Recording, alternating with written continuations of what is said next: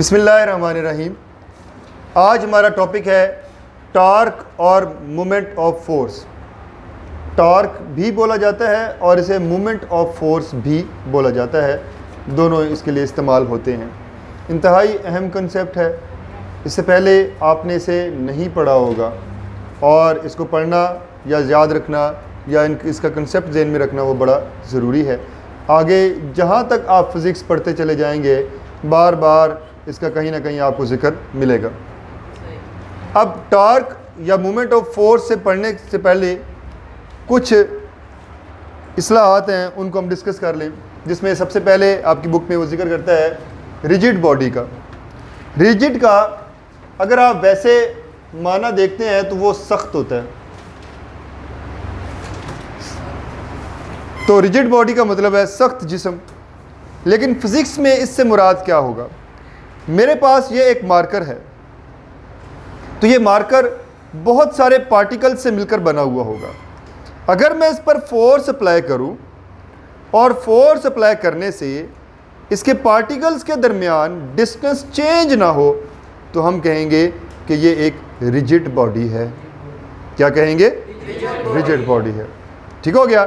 इसकी मिसाल आप यूँ ले सकते हैं कि 3 या 4 जो दोस्त हैं वो आपस में एक दूसरे के साथ हाथ से हाथ पकड़े खड़े हों और 5वां जो है वो आए और आकर उन हाथों को खोलना चाहे या उनके दरमियान फासले को बढ़ाना चाहे या उनके दरमियान फासले को कम करना चाहे, उन्हें अपनी जगह से वो डिस्प्लेस करे और मगर वो डिस्प्लेस ना हो, ना उनके दरमियान फासला कम हो ना ज़्यादा हो, तो आप कहेंगे कि इन्होंने बड़ी मजबूती से एक दूसरे को पकड़ा हुआ था। ठीक हो गया जी। आप क्या कह रहे हो? हाँ, अच्छा ठीक है। खैर, यहां पर अगर इसको डिस्कस करें, देखें जो किताब में लिखा हुआ है, a body is composed of large number of particles. कोई भी जिस्म आप ले लें तो वो बहुत सारे पार्टिकल से मिलकर बना होता है, जिसे आप मॉलिक्यूल्स या एटम्स कहते हैं।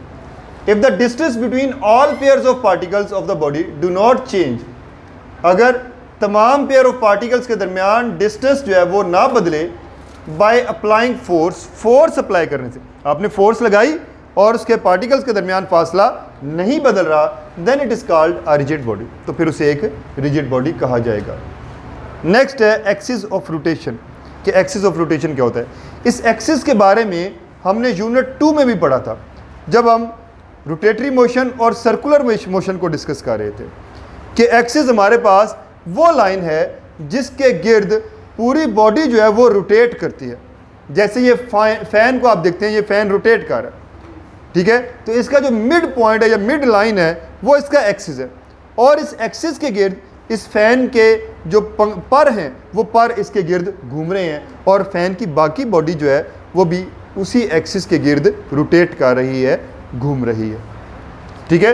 तो इसका नाम भी इसी तरह, इसकी डेफिनेशन भी इसी तरह, the line about which the particles of body moves in circle. वो लाइन कि जिसके गिर्द बॉडी के पार्टिकल्स जो हैं वो मूव करते हैं सर्कल में। इसकी मिसाल आप यूँ ले सकते हैं कि जैसे आप जाते हैं फोर्ट्रेस में चले जाएं तो वहाँ पर आपको मिलता है वो फन लैंड है जिसमें झूले लगे हुए हैं, बड़े बड़े झूले लगे हुए हैं। तो उसमें किसी एक पर आप बैठ जाएं, देखते हैं कि वो बड़े बड़े केबिन बने हुए होते हैं, उन केबिन में आप बैठ जाते हैं और आप फिर यूं सर्कुलर पाथ में आप घूम रहे होते हैं। आसमानी झूला या पंगूड़ा जिसे कहा जाता है, ठीक है। तो उसमें आप सर्कुलर पाथ में आप घूम रहे होते हैं, तो वो जो उसका मिड पॉइंट होता है वो उसका सर्कल होता है, वो उसका एक्सिस ऑफ रोटेशन होता है। अब हमारा है मेजर टॉपिक जो अब स्टार्ट हो रहा है, वो है torque. Turning effect of a force is called torque. देखें, फोर्स और उसका असर, फोर्स लगाई गई, उसका क्या हुआ? असर हुआ, और वो असर जो है क्या कर रहा है? टर्न कर रहा है। क्या कर रहा है? टर्न कर रहा है। क्या कर रहा है? टर्न कर रहा है। आप इधर आए, बल्कि आप इधर आए। अब देखें,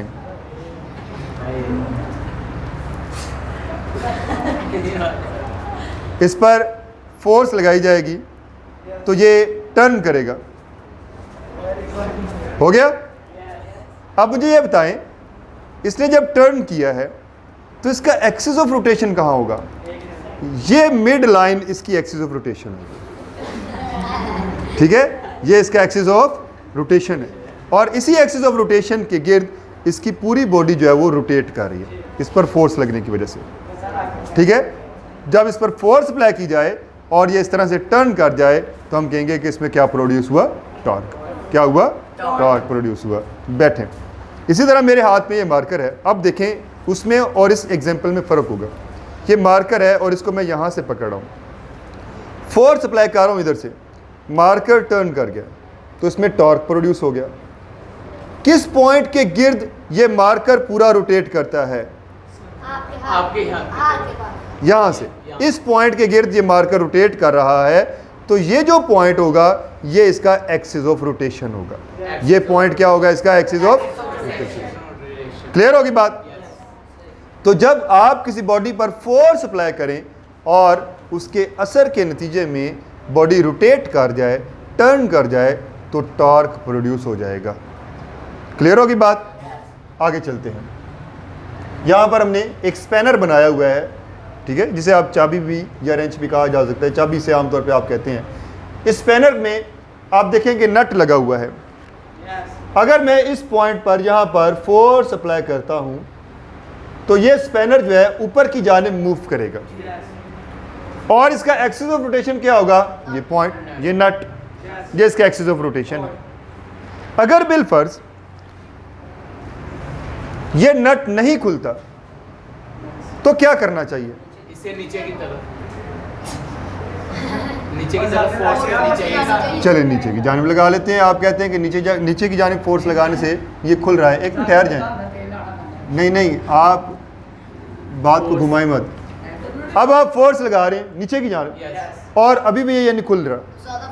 ज़्यादा फोर्स लगाएं। आप फोर्स ज़्यादा लगाएंगे, कोई लड़का खोल रहा हो, ओपन कर रहा हो, उसे नहीं हो रहा होता तो आप कहते हैं ले आओ यार मुझे दिखाएं, मैं खोल देता हूँ। आप ज़्यादा फोर्स लगाएंगे, ज़्यादा फोर्स लगाने से भी ना खुल रहा हो,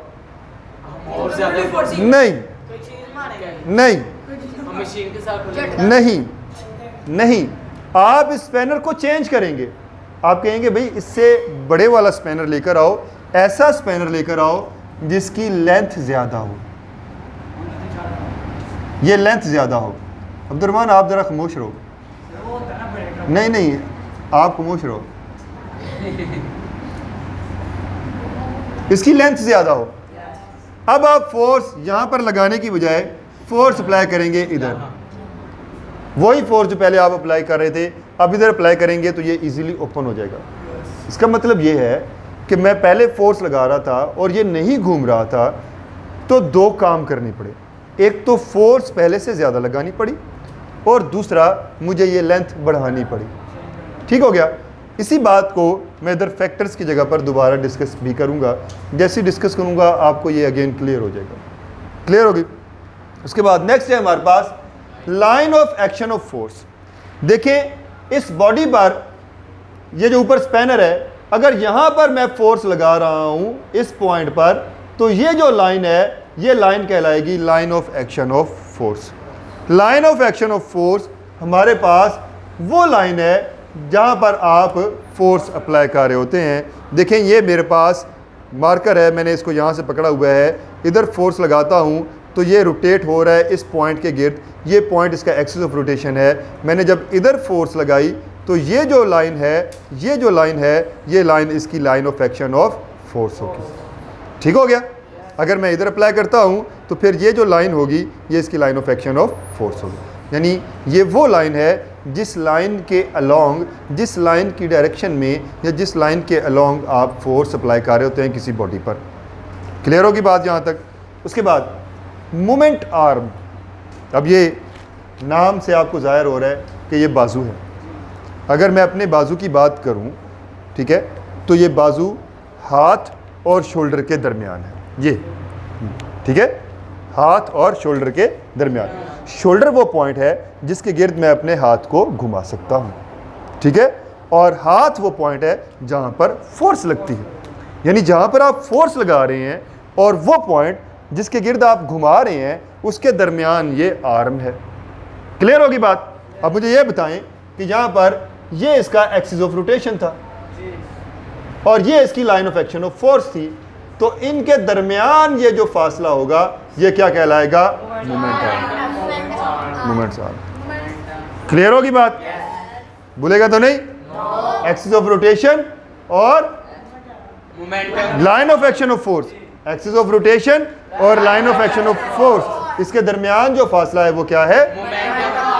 मोमेंट्स आर्म। मोमेंटम आर्म नहीं, moments arm. The perpendicular distance between the axis of rotation, axis of rotation की बात आ गई, and the line of action of force, line of action of force और एक्सिस ऑफ रोटेशन के दरमियान ये जो फासला है उसे आप क्या कहेंगे? Moments arm. अब मुझे ये बताएं, मुझे यहाँ पर ये बात क्लियर करें, एक्सिस ऑफ रोटेशन तो यही है, लेकिन मैंने यहाँ पर क्या किया? स्पैनर को बड़ा कर दिया और फोर्स अब इधर लगा रहा हूँ, तो अब मेरी line of action of force ये होगी। अब मेरी line of action of force ये है। मुझे ये बताएं कि जब line of action of force ये है तो इन दोनों के दरमियान अब फासला पहले की निस्बत बढ़ गया या ज़्यादा हो गया? बढ़ गया। पहले फासला जब स्पैनर छोटा था तो फासला कम था, और जब मैंने स्पैनर बड़ा ले लिया तो फासला बढ़ गया। ठीक है, यहाँ से ये बात क्या क्लियर होती है कि अगर फासला बढ़ा दिया जाए, यानी मोमेंट आर्म को बड़ा कर लिया जाए, तो उसे घुमाना आसान होगा। ठीक है, बच्चे का बाजू है, छोटा बाजू है, तो अगर थोड़ा सा भी आप ऊपर करें तो माँ फ़ौरन चीखने चलाने लग जाती है कि भाई खबरदार बेटा, ऐसे ना करो, इसका बाजू जो है वो डिस्प्लेस हो जाएगा। ठीक है, इसका शोल्डर जो है वो डिस्प्लेस हो जाएगा। और आप बड़े जो होते हैं, आप अपने बाजू को बहुत तेज़ी से मूव कर लेते हैं। क्लियर होगी बात? तो हुआ क्या यहाँ पर मोमेंट आर्म कम है तो टॉर्क कम प्रोड्यूस होगा। मोमेंट आर्म अगर बड़ा हो जाए तो टॉर्क ज़्यादा प्रोड्यूस होगा। मोमेंट आर्म अगर बड़ा हो जाए तो टॉर्क ज़्यादा प्रोड्यूस होगा। अब फैक्टर्स को देखें, वही दो फैक्टर्स हैं जिन पर टॉर्क डिपेंड कर रहा है। एक तो वो फोर्स था जो इसने कहा था कि जी फोर्स ज़्यादा कर दें।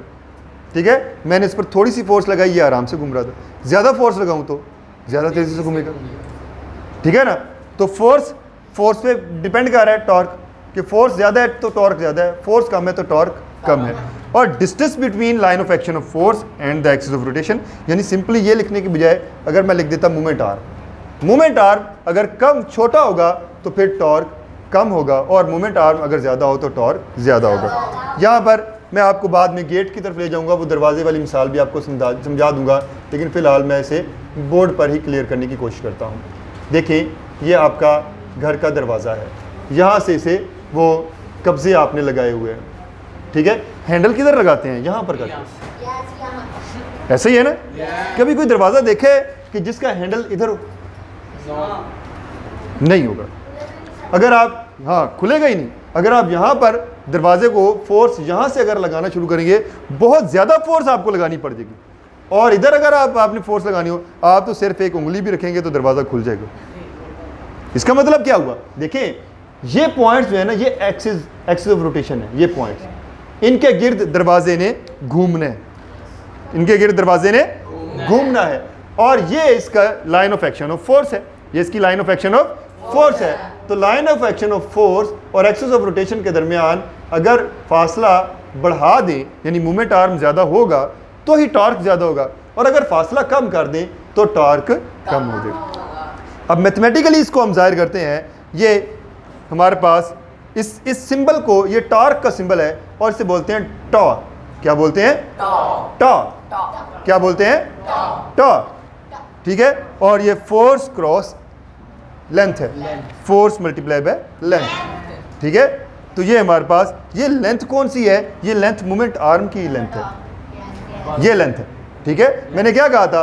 दो चीज़ों पे डिपेंड कर रहा है, एक फोर्स पे और एक मोमेंट आर्म पर। तो यहाँ पर भी देखें, फोर्स और मोमेंट आर्म ही है। ठीक हो गया। अब फोर्स जो है, फोर्स का यूनिट होता है न्यूटन, और लेंथ का यूनिट होता है मीटर। तो टॉर्क का यूनिट क्या हो गया? Newton metre. टॉर्क का यूनिट क्या हो गया? क्लियर हो गया यहाँ तक? आज के लिए हमारा टॉपिक या हमारा काम इतना ही है। मैं आपको निशान लगवा दूंगा इसका कि ये कैसे कैसे बुक में हमने तैयार करना है, तो इंशाल्लाह इसको फिर तैयार कर लिया जाएगा। कल इंशाअल्लाह अज़ीज़ हम इससे आगे पढ़ेंगे। शुक्रिया।